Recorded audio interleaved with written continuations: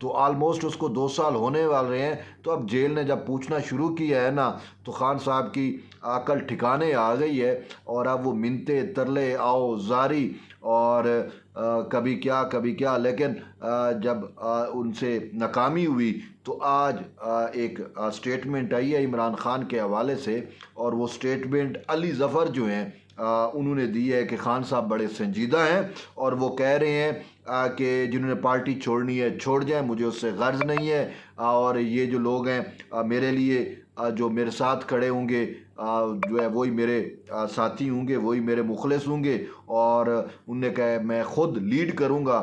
عید کے بعد جو ہے وہ ایک بڑی تحریک بھئی حکومت کے خلاف ہم چلانے جا رہے ہیں. اور وہ تحریک کیا ہوگی؟ حکومت کے خلاف کس چیز کی تحریک چلائیں گے؟ حکومت کے خلاف نہیں ہوگی، بیسیکلی وہ تحریک ہوگی کہ عمران خان کو اڈیالہ جیل سے کس طریقے سے کس طور پہ باہر نکالا جائے. پہلے وہ جو عید الفطر تھی، اس عید الفطر سے پہلے یہ کہا جا رہا تھا کہ عید الفطر کے بعد جو ہے وہ اپوزیشن جماعتوں سے مل کے گرینڈ الائنس بنے گا اور ایک تحریک چلائی جائے گی اور خان باہر آ جائیں گے. تو اب بکر عید آ گئی ہے، وہ گرینڈ اپوزیشن نہ اکٹھی ہوئی، نہ خان صاحب رہا ہوئے.